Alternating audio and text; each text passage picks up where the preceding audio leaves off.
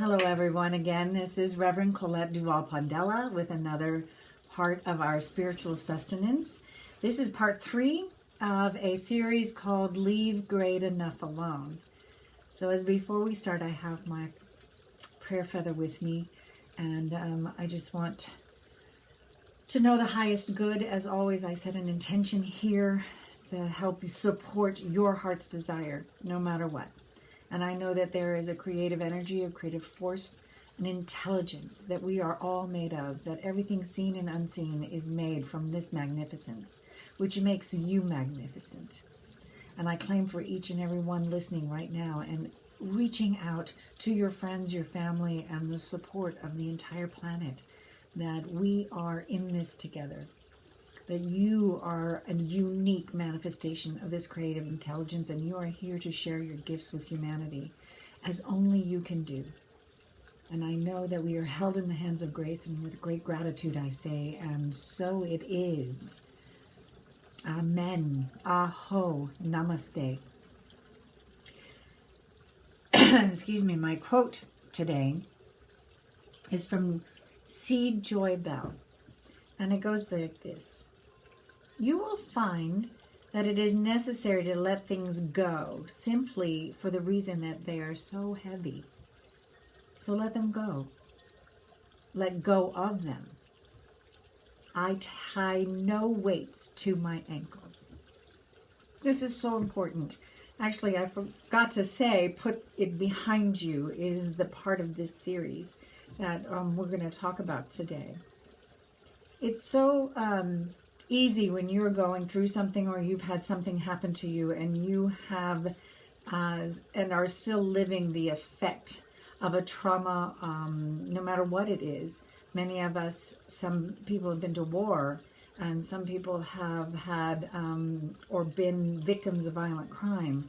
Some people have just come from dysfunctional families. Some people have been in car accidents. No matter what it is that has happened to you in your life, you know, it's really easy for somebody like me to sit here and go, you have to let it go.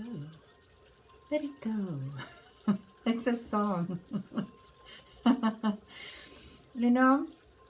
And a lot of times when people say that to me, or I hear people say, you've got to let that go. I don't know how you do that. I really don't know how you do that, because we live and we have impressions. It's in our brain, it's in our body memory, it's in our physical memory. Everything that has happened to us, everything that we have experienced is an imprint, and it is imprinted on our being. So letting go of something that has just implanted itself in your beingness is not really the idea. But what I was taught, and what is really effective to me, is to put it behind you. You know, when you have a memory, especially as vivid as it is, I'll just use an example. I was mugged when I was 30 with a man at gunpoint. And every time I think of it, it's in 3D living color. As though it's happening again. And when I talk about it and describe it, I've got the size of the perpetrator, I've got the gun, I've got all of it, the entire experience, how people treated me afterwards, the entire experience.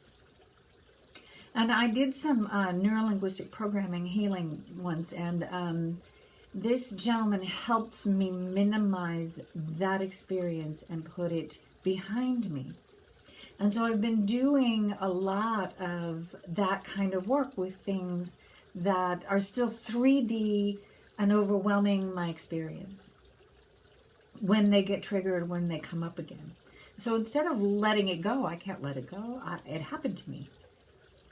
But what I was taught is that when you see the 3D and you're in the feelings and the emotions of that you can close your eyes and visualize turning that 3D experience into a 4x6 photo. And it starts off in color.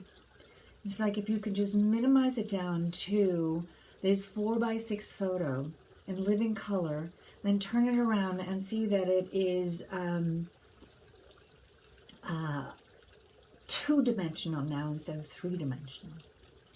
And then, if you really need to, make it black and white. So take that living color and then make it a black and white photo.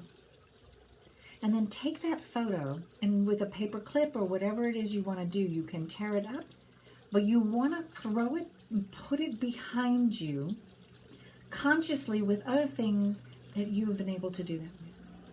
So it joins the family of things that you have been able to get past and leave behind you. And it's a great exercise. You can do it with people. You can do it with incidents. You can do it with just certain situations that still come up and bug you and nudge you and gnaw at you, and that keeps you from the harmony and balance that you need for the day. It's this beautiful idea. And it helped me so much and continues to help me, is to take that 3D circumstance and minimize it down to something doable, something foldable, something tearable, something burnable, and then make it black and white. And if you can follow me right now on this trail of it and take that experience and minimize it down to that, you've just taken a lot of the charge out of it so that it doesn't have the same impact. It becomes a thing instead of something big, something small, and you put it behind you with all the things that you've been able to let go of in that kind of way previously. So it joins the things of your experience that no longer impact you in a negative way, and that you have control over, that you have made a decision, a conscious decision to put this behind you. There's another quote. Steve Mariboldi says this: letting go means to come to the realization that some people are a part of your history, but not part of your destiny. This isn't a personal vendetta or something against someone when you want to put something behind you so that you don't have the weight and carrying it around your ankles, the way this other quote said. The Native Americans I want to share with you have this idea of a burden basket. It was mostly for the women. But they weren't allowed to carry, they had baskets where they would go out and gather things, and they weren't allowed to carry any more weight than they could handle because everyone was so precious and needed in order for the survival of the tribe that they didn't want you to get hurt. They didn't want you to get hurt. It wasn't a proof of how strong you were. It was that we needed you. So they had these baskets that they carried their burdens on. And when they were empty, they would put them outside their lodges and hang them out so that it reminded them not to carry these heavy burdens. It was kind of a spiritual thing then, is so that you didn't carry all of your spiritual burdens into your place of living, where you are home, where you're supposed to be surrounded by love and not carry this weight with you. And it was also to remind people coming to your lodge and coming to your home not to bring their burdens into your home and your space as well. So this is my burden basket that was made for me by my lovely friend Margie. She makes most of my Native American stuff. But this is a burden basket, and you see that all the burdens get carried away on the wind and the chimes, and the feathers take it flight. And basically it just symbolizes outside. It's on my front door. It symbolizes every time I walk through it to let those things stay outside and don't follow me in to my living space and hurt my family and my wolves and what we're doing here. So you can always find some burden basket. I hang it on my front door.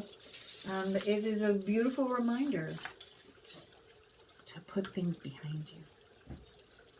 Anyway, that is my message today. I appreciate your joining me.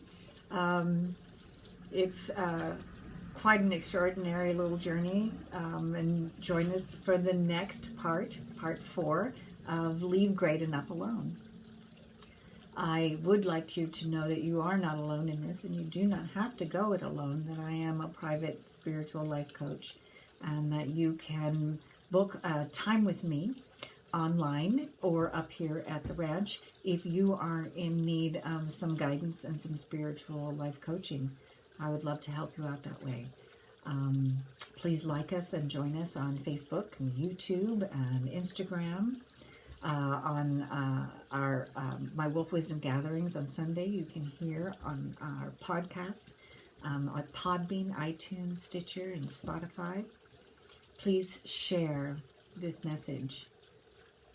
I do believe that this is my divine destiny, is to help you remember who you are. And so between now and next time, start putting those things behind you that weigh too heavy on your heart and keep you from the joy of living this beautiful life that we all get to journey through. Namaste.